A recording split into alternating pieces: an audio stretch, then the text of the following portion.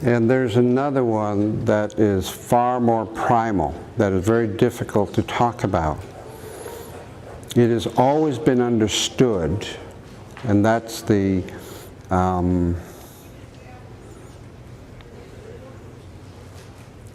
in order for men to be reborn, and this kind of hinges a little bit on the understanding of the Christian teaching about rebirth. But in all traditions, we always had this aspect of understanding that we have many deaths. There are the small deaths. There are pieces of death of ego. But there's a spiritual one also that no one talks about. And that is, for a man to be truly spiritually reborn, they have to go back through the womb. We have to go back through the womb. As we came into this world, we need to complete the circle and go back through that sacred feminine to be reborn. Now that has a literal and spiritual connotation. They're both mirrors of the same thing. Men developed a primal fear. This may be how the pendulum started swinging in the very beginning, before the beginning of time. Men developed a primal fear that in the physical act of love, going into the sacred space of the womb, that they would dissolve into nothing. The male ego, always wanting to be, has those qualities of wanting to be in control. And I'm going to lose myself completely in the act of spiritual love with a woman. These are concepts that very few people will talk about, but it needs to be talked about and understood. That primal fear comes from a less spiritually conscious man. That's how it started. Probably when we slipped out of the present moment into the past through guilt, shame, remorse, anger, rage, jealousy, or into the future out of fear. We slipped out of the proverbial infinite present. And then we engage in sacred love. And the woman's power, through the womb at the center of the universe being inside of her, spiritually can draw you into the point where you dissolve into nothingness.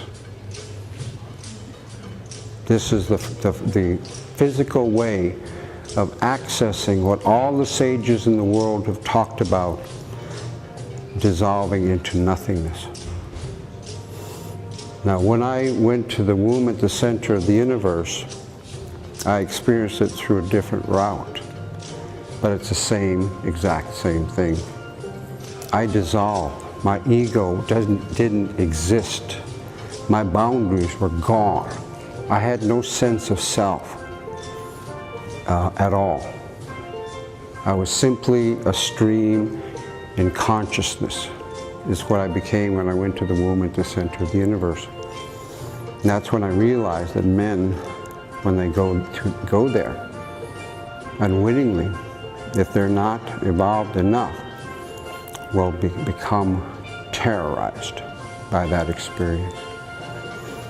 So women have to understand this pathology.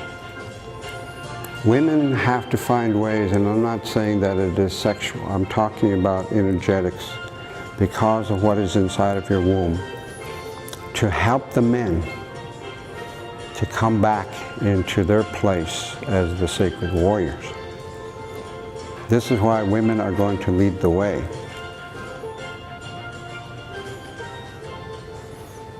Women experience the most profound level of physical connection to all that is through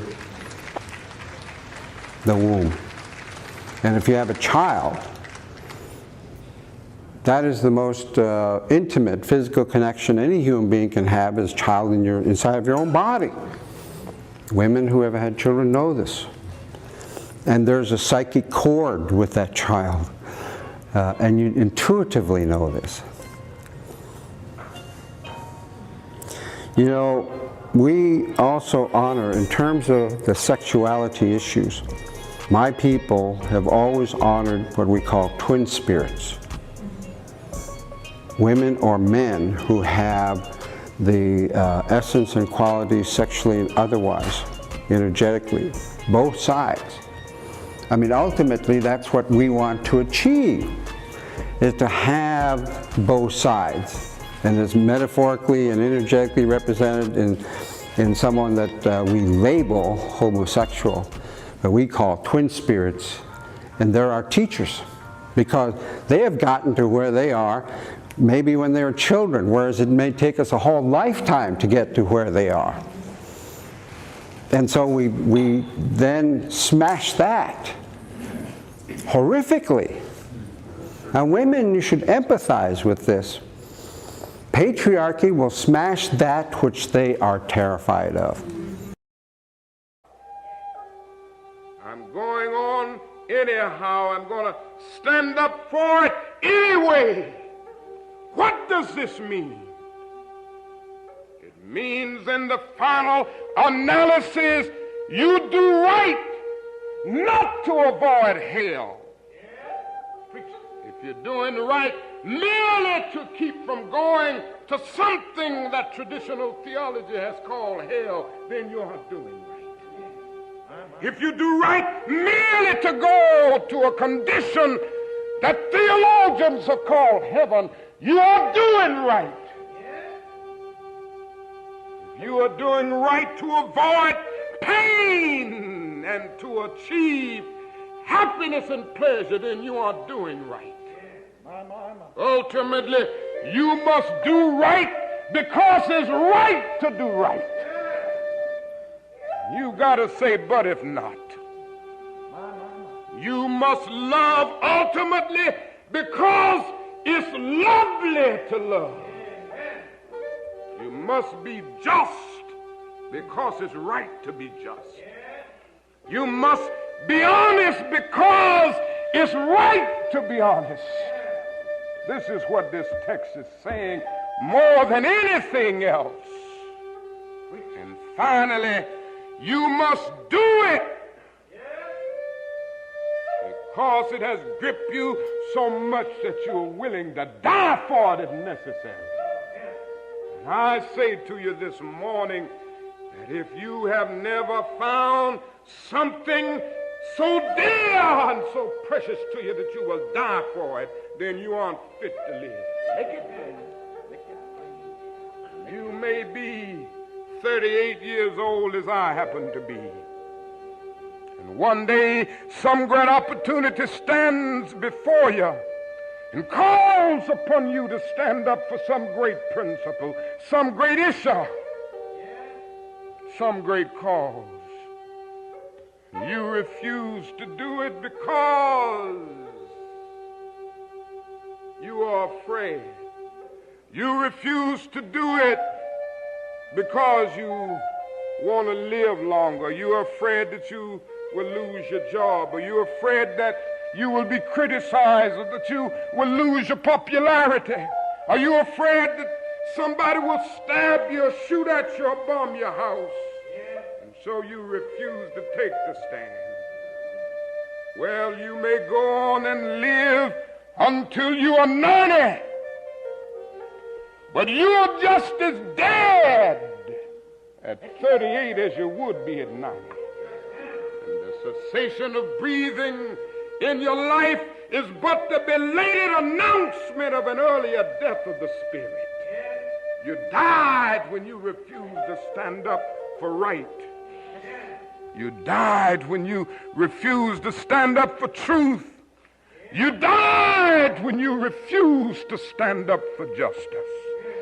These boys stand before us today, and I thank God for them, for they had found something.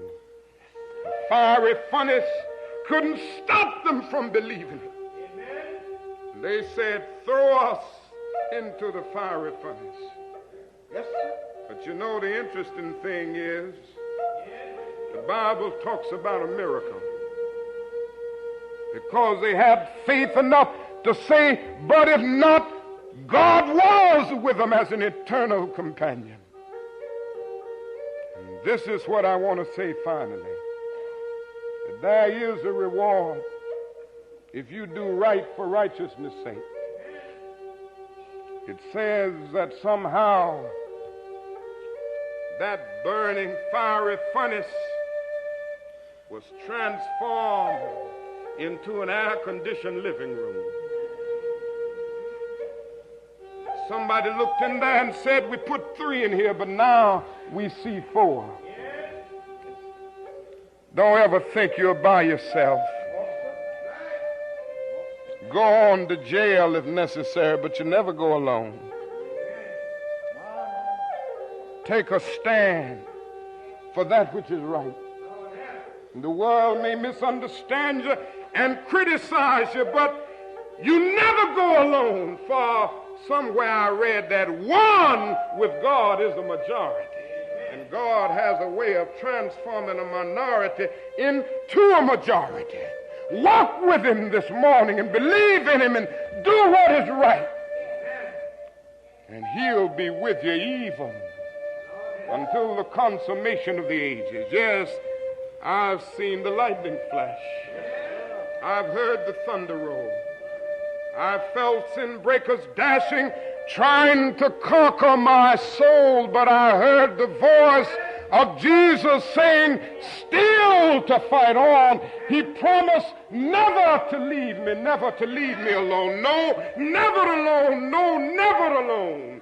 He promised never to leave me, never to leave me alone. Where are you going this morning, my friends? Tell the world that you're going with truth. You're going with justice. You're going with goodness. And you will have an eternal companionship. And the world will look at you. And they will understand you. For your fiery furnace will be around you. But you go on anyhow. But if not, I will not bow. And God grant that we will never bow before the gods of evil.